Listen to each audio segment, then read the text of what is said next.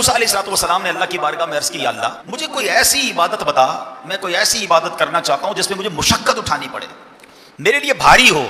اللہ والوں کی باتیں ہیں، کیا کمال کے لوگ ہوتے تھے۔ ہم کہتے ہیں یار مولوی صاحب کو ایسا طریقہ بتاؤ محنت نہ کرنی پڑے۔ حضرت موسیٰ اللہ سے کہہ رہے ہیں یا اللہ کوئی ایسی عبادت بتا جس میں مجھے مشقت اٹھانی پڑے۔ اب دیکھیں رب کی طرف سے ارشاد کیا ہوا ہے، موسیٰ بلند آواز سے میرا ذکر کیا کرو۔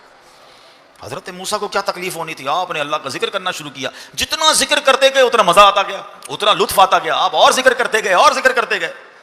اللہ سے عرض کی، یا اللہ میں نے تو تجھ سے عرض کیا تھا مجھے کوئی ایسی عبادت بتا جس میں مجھے تکلیف ہو، مشقت ہو، ڈیفیکلٹی ہو، میں تو ذکر کیے جا رہا ہوں، مزے کو مزہ آ رہا ہے۔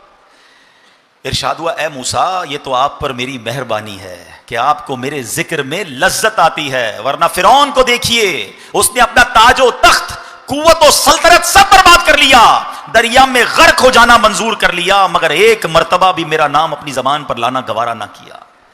اس کا مطلب پتہ ہے کیا ہوا کہ خوش نصیب وہ ہے جسے ذکر کی توفیق ملتی ہے، جسے ذکر میں لطف آتا ہے، جسے ذکر کرنے کا جی چاہتا ہے۔ ورنہ آج کے دور میں تسبیح بڑی بھاری لگتی ہے، اٹھتی نہیں ہے تسبیح، فوراً جیب میں رکھ لیتا انسان، موبائل چھوڑنے کا جی نہیں چاہتا، موبائل ذکر کرنا ہے تو موبائل چھوڑنا پڑے گا نا، نہیں میں تھوڑا اور موبائل میں لگ جاؤں، تھوڑا اور ٹی وی، تھوڑا اور معاذ اللہ فلمیں ڈرامے، دوستوں کی گپ شپ چھوڑنے کا جی نہیں چاہتا۔ ایک تو منہ میں پان گٹکا نہ جانے کیا کیا آپ رکھتے ہیں کہ جناب وہ نکالیں گے تو ذکر کرو گے نا۔